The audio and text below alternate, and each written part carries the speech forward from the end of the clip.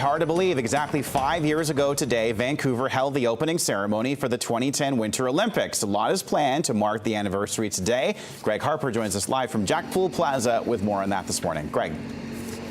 Good morning, Kyle. It was 5 years ago today that the cauldron was lit behind me here, lit by Wayne Gretzky. It will be lit again here this morning to mark the 5-year anniversary of the 2010 Games. We're expecting the lighting to happen around 10 to 9 this morning. And many would argue that the city was transformed during the 2010 Games. The streets were packed. There was parties lasting long through the night. It was a 2-week party, really. There was national pride on display at virtually every street corner. And Canada did quite well. 14 gold medals. That is the all-time record for most gold medals at a single Winter Olympics. There is no exact figure on what the cost of the Games was and related projects, but it is believed to be between $7 to $9 billion. Here's what you are saying about the 2010 Games 5 years later.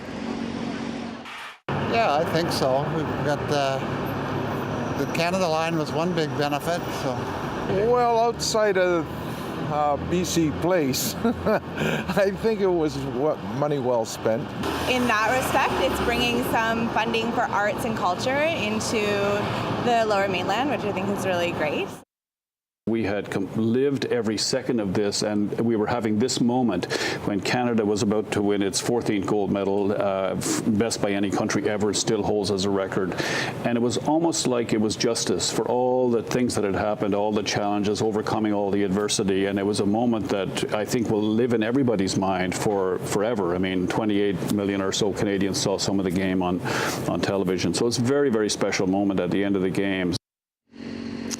There is an Olympic breakfast taking place this morning as well, just next to us here at the Vancouver Convention Centre. And then those in attendance will march over here to the cauldron at about 20 to 9. And then not long after that, the cauldron will be lit to the singing of O Canada. Should be quite the morning. Kyle? All right, Greg Harper reporting live for us. Thanks for that, Greg. Another news this morning, BC's police watchdog is investigating the in-custody death of a man in Chilliwack. Just after 4 o'clock yesterday afternoon, Mounties were called to a home near Oak Street and Bonnie Avenue after they received complaints of a man stabbing a dog.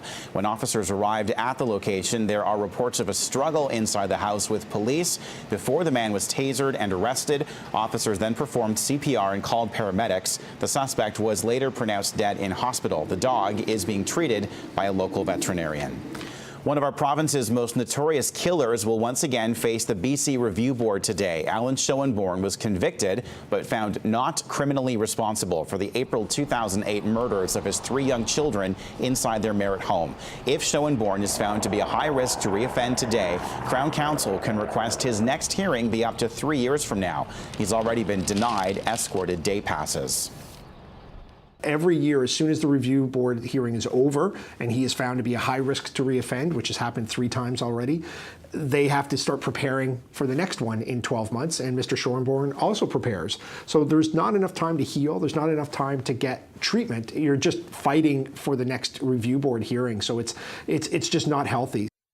As John Nuttall's trial continues, we're now seeing and hearing how his alleged terrorist plot came together. The court has released hidden camera footage from 2013.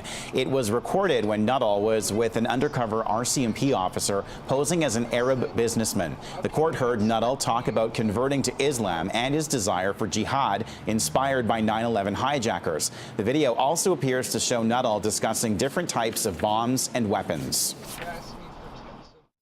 Just for testing, playing around with, and, you know, for practice.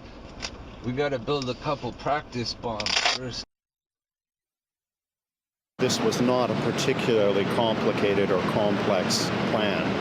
It did not require a great deal of skill or expertise. It was based on notions gathered from internet research, from magazine research, and from seeing what worked for others. Nuttall and his common-law wife, Amanda Carodi, are accused of planting pressure cooker bombs at the legislature before Canada Day festivities in Victoria.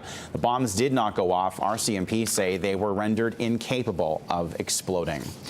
Just weeks ahead of the local transit plebiscite comes a big change over at Translink. The Transit Authority is getting a new CEO. Ian Jarvis has been forced out after presiding over a drop in public confidence brought on by a series of service delays and shutdowns. Doug Allen takes over as interim CEO after leading In Transit BC, which operates the Canada line. Allen will run the Transit Authority until a permanent CEO is found in about 6 months. As a new board member, along with the Mayor of Surrey, this is perspective that we certainly supported around the board table, and we brought that from hearing people around the region express concerns about leadership at transit. Really expensive move by Translink, and doesn't really get to the core issue here, which is people have lost faith in Translink completely. Public confidence is completely eroded. They need to cancel this plebiscite and sit back and actually fix the problems at Translink before asking us for more money. Jarvis will continue to advise Translink and be paid by the Transit Authority until the end of his contract in June of next year. That means that Translink will basically be paying 2 CEOs for the next year and a half. Jarvis received $468,000 in total compensation in 2013. Allen will be given a monthly salary of $35,000.